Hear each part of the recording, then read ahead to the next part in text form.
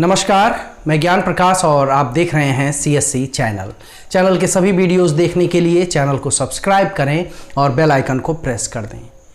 बिहार की विज्ञप्ति आ चुकी है और हमारे जो को-फाउंडर हैं वो आपको इतनी ऊर्जा देंगे कि आप अपने लक्ष्य तक पहुंच जाएंगे। ज़रूरत बस इतनी है कि आप उनकी बातों को मानें और वो जैसे कह रहे हैं वैसे तैयारी को नई दिशा, नया आयाम देते चलें।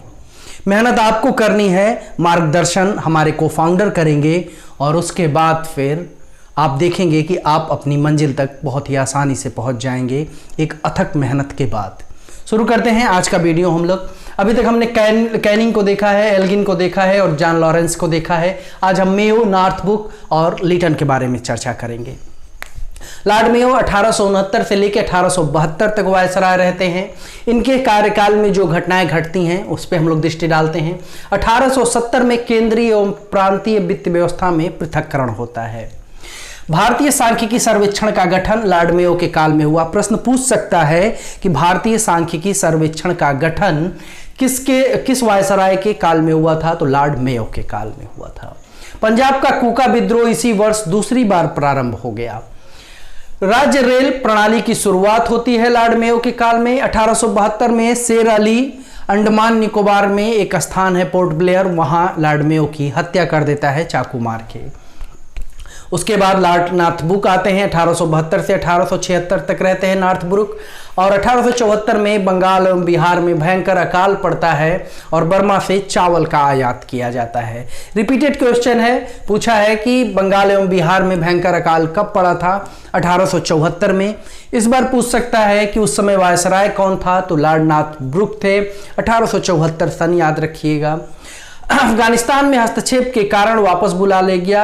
जो डिजरेली है वो प्रधानमंत्री हैं इंग्लैंड के और उन्होंने कहा था कि कोई भी अफगानिस्तान के मुद्दे पर बात नहीं करेगा, लेकिन वायसराय यहाँ चूक कर जाते हैं, हस्तक्षेप करते हैं और इनको वापस इंग्लैंड बुला लिया जाता है। इनको एक महत्वपूर्ण इन्होंने ये किया कि 50 कूका आंदोलनकारियों को ये तोप से बांध कर उड़ा दिए थे। अब हम चर्चा करेंगे लिटन। महत्वपूर्ण है और याद करने के लिए भी क्रम याद रखिएगा। Canning, Elgin, John Lawrence, Mayo, North, तब आया लिटन। इसको 3-4 बार आप बोलेंगे तो आपको यहां तक क्रम याद हो जाएगा। फिर आगे का क्रम हम लोग आगे अभी याद करते हैं। इतना ही आप एक बार बोल दें मेरे साथ, Canning, Elgin, John Lawrence, Mayo, North, तब आया लिटन। 3 बार 4 बार आप बोलिएगा, आपको याद हो जाएगा। अब आते हैं हम लिटन पे चर्चा करते हैं, आप इसको नोट डाउन कर लें। अब हम चर्चा करेंगे लिटन के बारे में। लॉर्ड लिटन 1876 से 1880 तक वायसराय रहते हैं। बहुत ही विद्वान हैं, लेकिन भारतीयों के हित में इन्होंने कोई भी अच्छा काम नहीं किया। लेकिन इनके जो दामाद हैं लुटियंस, उन्होंने ही दिल्ली की जो वास्तुकला है उसका निर्माण किया।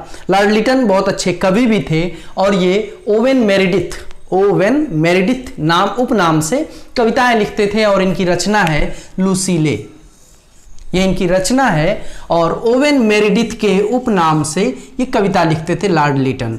प्रश्न पूछे कि निम्न में से कौन सा वायसराय ओवेन मेरिडिथ के उपनाम से कविताएं लिखता था? तो हमारा उत्तर होगा लॉर्ड लिटन।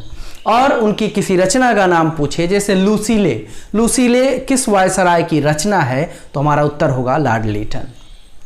भारतीय राजाओं से नमक बनाने का अधिकार लॉर्ड लिटन वापस ले लेते हैं और अंग्रेज कंपनी अब नमक का निर्माण करेगी। कर बढ़ा दिया जाता है नमक के ऊपर।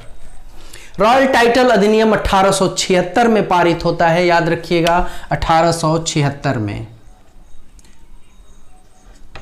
रॉयल टाइटल अधिनियम 1876 ईस्वी में पारित होता है और 1 जनवरी 1877 में पहला दिल्ली दरबार आयोजित किया जाता है, जहां महारानी विक्टोरिया को कैसरे हिंद की उपाधि दी जाती है। ठीक है, रॉयल टाइटल अधिनियम 1876 ईस्वी में पारित होता है। 1 जनवरी 1877 को पहला दिल्ली दरबार आयोजित होता है, जिसमें कैसरे हिंद की उपाधि महारानी विक्टोरिया को दी जाती है। 1878 में वर्नाकुलर प्रेस एक्ट 1878 में vernacular press act Lord Lytton याद रखिएगा, अभी आगे आएंगे रिपन, उन्होंने भारतीयों के लिए बहुत अच्छा काम किया है। वर्नाकुलर प्रेस एक्ट 1878 में लॉर्ड लिटन लागू करते हैं और इसका काम होता है कि जो राष्ट्रवादी देसी अखबार हैं उन पर प्रतिबंध लगाना, उनके कंटेंट को देखते हुए अगर वो अंग्रेज सरकार की निंदा कर रहे होते हैं तो ऐसे अखबारों पर प्रतिबंध लगा दिया जाता है 1878 के वर्नाकुलर प्रेस एक्ट के द्वारा। किसके समय में लागू हुआ? लॉर्ड लिटन के समय में। 1878 में ही आर्म्स एक्ट लागू होता है लॉर्ड लिटन के समय में, और भारतीयों के जो अधिकार हैं हथियार रखने के वो वापस ले लिए जाते हैं।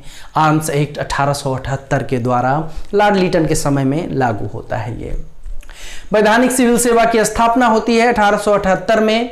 महत्वपूर्ण 1876 से लेकर के 1878 में बंबई, मद्रास, हैदराबाद, पंजाब, मध्य भारत में अकाल पड़ता है।